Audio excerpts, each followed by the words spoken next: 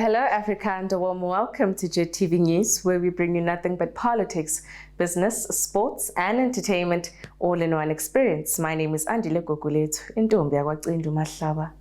Let us take a quick look at your headlines for today. Zimbabwean president mourns for JIT pilots. 24 students injured when a school building collapsed. Manchester City faces explosion as a club could lose points over numerous financial breaches. President Mnangagwa yesterday described the death of 2/4 of Zimbabwe senior pilots in a plane crash as unexpected, saying the nation had been robbed of experienced and committed officers.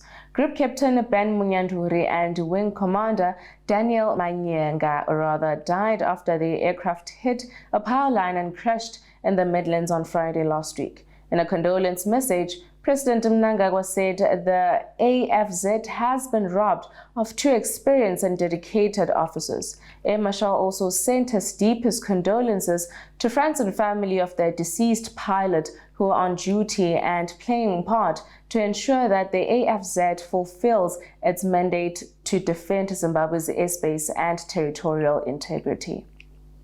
Vuyelwa Tuzungula penned a scathing open letter about President Cyril Ramaphosa's tenure.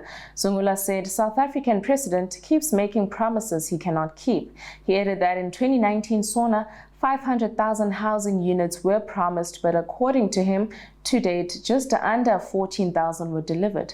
As recent as in February 2022, he promised a new social compact within 100 days, yet no less than President Thabo Mbeki is on record as pointing out that this objective was also not met. Needless to mention, high record employment and load shedding is still a problem, he said. On to the African news now. 24 students injured when a school building collapsed following a rainstorm in southern Ghana on Monday had been treated and discharged from hospital. 5 others who sustained serious injuries remain in a stable condition. Officials at Ejura Government Hospital say that a total of 19 students were still being treated. Engineers have been assessing the extent of the damage, which also affected other buildings in the school. Ghana still lacks proper building infrastructure in schools, especially in rural parts of the country, despite government efforts. Moving right along now to the international news. 8 Zimbabwean students are learning in Turkey are safe after the devastating earthquake that ripped through parts of Turkey and Syria early Monday morning. In an interview yesterday, Zimbabwe's ambassador to Turkey said he had not received reports of Zimbabweans killed in the earthquake. He further added that they will continue to check if there are any other Zimbabwean who might have been affected. Turkish authorities have indicated through that 2,921 people have died so far, and on Monday morning, almost 4,000 people killed and buildings have been destroyed. However, a number of countries have promised to help in the search and rescue operation being hampered by the cold and snow. Now let us get straight into the business side of news now. Loans and advances from banks to various sectors of the economy increased by 114.46% to $1.29 trillion in the 6 months to December 31, 2022. Recent statistics from the Reserve Bank of Zimbabwe show the increase was largely attributed to an increase in foreign currency dominated loans, leading to the increase in their proportion from 67.87% as at June 30, 2022 to 78.20% of total banking sector loans, Mr. Munguya said. Looking at it from an income point of view, it means the more banks lend, the more people spend, and companies get more revenue. The banking institutions continue to play a huge impact role in supporting the productive sectors which contribute towards economic recovery and growth.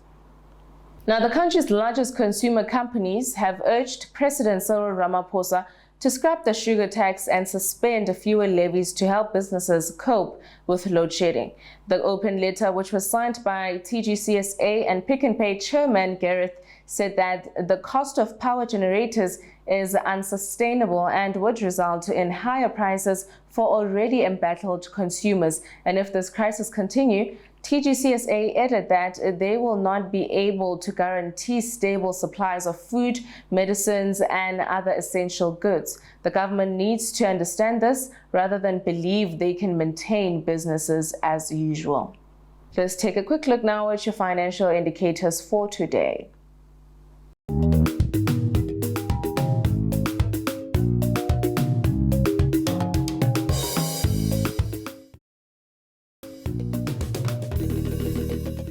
Now, the Rainbow Netball League got underway over the weekend with most of the teams fulfilling their matches at various venues. Defending champions at Glow Petroleum were the biggest winners for the first week of the season after overpowering High Flyers 104-3 score at Maurice Depot.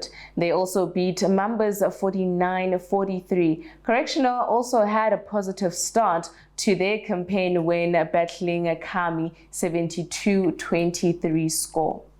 The Manchester City have been charged by the English Premier League with numerous alleged breaches of financial rules. Manchester should be expelled after they were charged with more than 100 alleged breaches of financial rules. The possible punishment include a points deduction for their raging champions, transfer bans, spending units, and even the stripping of previous titles. Break down what rules City have allegedly broken and how many. The first is with regards to the accuracy of their reporting of financial information. Premier League rules require clubs to report in the utmost good faith accurate financial information that gives a true and fair view of the club's financial position, in particular with its respect to its revenue. City allegedly breached those rules 50 times between 2009 and 2018.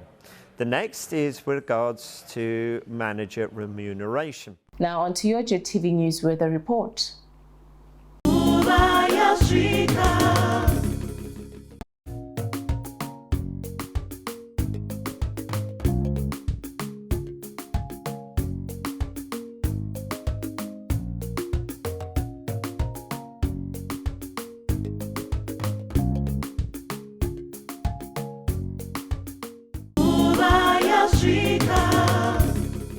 And that is all from me to you. A huge thank you for joining me tonight. As always, kindly please comment and follow us on all our social media platforms at Facebook, Twitter, and Instagram, or rather go to our website at www.JIT-TVzw. Signing out, it is Andile Gugulethu, Ntombi yakwaCindu Mahlaba.